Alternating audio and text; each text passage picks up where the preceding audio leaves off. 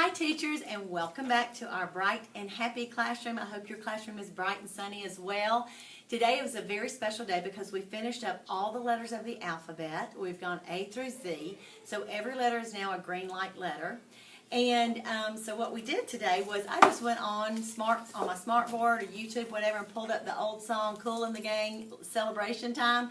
And the boys and girls marched around the room in a circle. We passed out all of our letters, so they kind of emulated the green light letter parade that takes place in the sunny little corner. And you know that from the story that goes along with the green light letter story in your songbook. So anyway, I just passed out these letters. They marched around the room. It was a really happy time. They were very excited. And we went right into learning all of our special sounds. So you have your phonics CD. So we went into playing the ER and IR and UR song. I read the story to them, and we sang that today.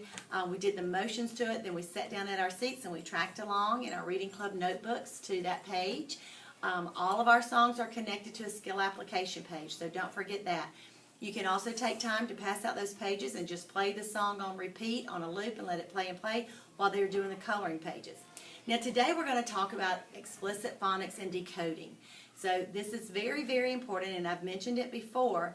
I cannot stress enough how important this is. This is the strength of a Sunny Little Corner classroom, is the explicit phonics and the way in which these phonics lessons are taught.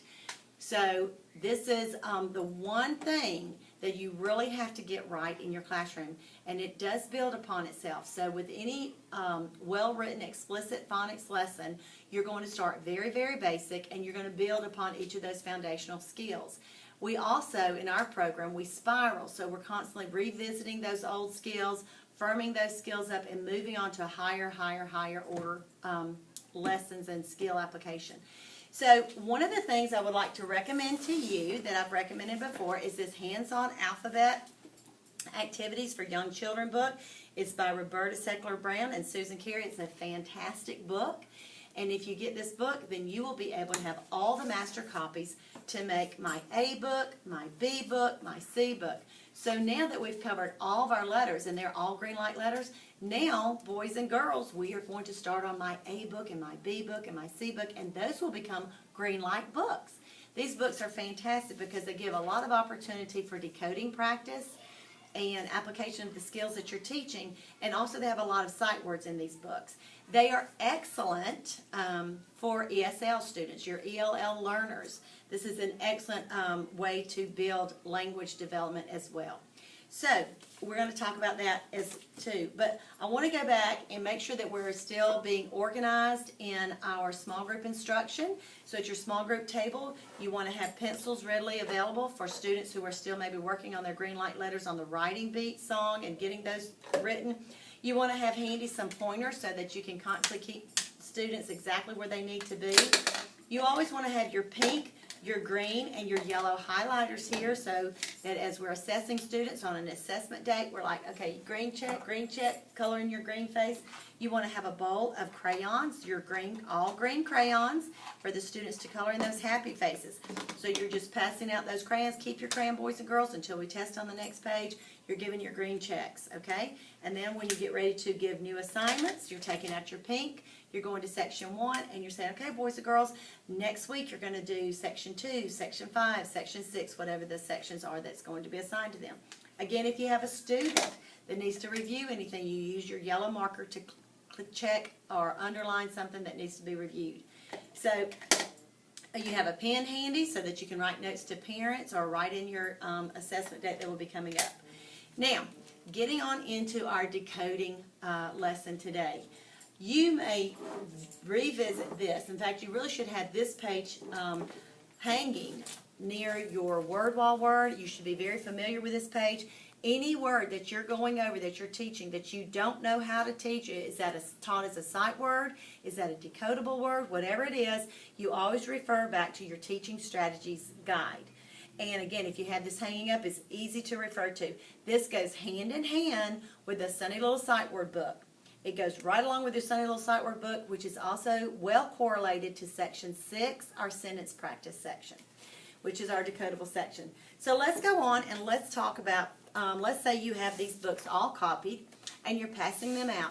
And just a good little strategy to keep everybody focused and quiet as you're passing out these books. We're just saying, the first thing on my book is my name. The first thing on my book is my name. Your teacher wants to know who marked this book, and so the first thing on my book is my name. So as you're passing those out, they're singing along with you.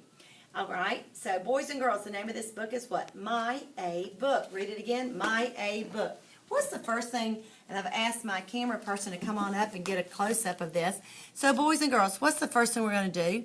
And they will respond. Circle the Y. Why? And of course, you've taught this explicitly before you're expecting them to do it. And I always model the book first before I pass it out to them. Circle the Y. Why? Because Y can say I at the end of some words, and Y can say E at the end of other words. My A Book. Boys and girls, let's look at the word book. Think about it. If B-O-O-K spells B-ook, book, how would you spell L-ook, look? You'll solicit answers from your students. That's right, boys and girls. L-O-O-K spells L-ook, look. Now let's think about this. If B-O-O-K spells book and L-O-O-K spells look, how would you spell T-ook, took? You solicit for their answers, they respond, and then you write it. So you're going to tell your students, all right, boys and girls, we're going to go to the top corner of our book, and we're going to write look and took. And then after they've written each word, then you do it the same way. If B-O-O-K spells book and L-O-O-K spells look and T-O-O-K spells took, how would you spell H-ook, hook? Get their answers, write it.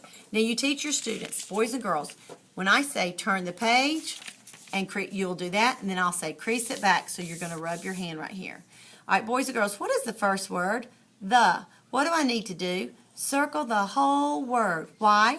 Because it's a sight word. You got to know it when you see it. Know it when you see it, because you can't sound it out, or you don't sound it out. Now, this is my A book, so all we're going to start with is getting them used to circling the sight word the. So that's all we're going to do. And then you say, boys and girls, pencil erasers under the words and read it. The apple. Read it again. The apple. And you can go ahead and teach your students about reading accurately. We're going to make sure we got the words right. And we're going to read for fluency. Read it again for fluency, boys and girls. The apple. Very good. Turn the page. Crease it back. What's the first word? The. What do I need to do? Circle the whole word. Why? Because it's a sight word. We got to know it when we see it. Know it when we see it, because we don't sound it out. Read this sentence. The alligator. Read it fluently. The alligator. Turn the page. Crease it back. And you get the gist. So that's how we go. Let's do this page. Boys and girls, what is the first word? The. What do we need to do? Circle the whole word. Now, after they've gotten that chant down, I don't always encourage them to keep saying, because it's a sight word, you got to know it when you see it, know it when you see it, because you don't sound it out. Sometimes I'll just say, what do we need to do? And they'll say, circle the whole word, and then I'll say, right, because it's a sight word.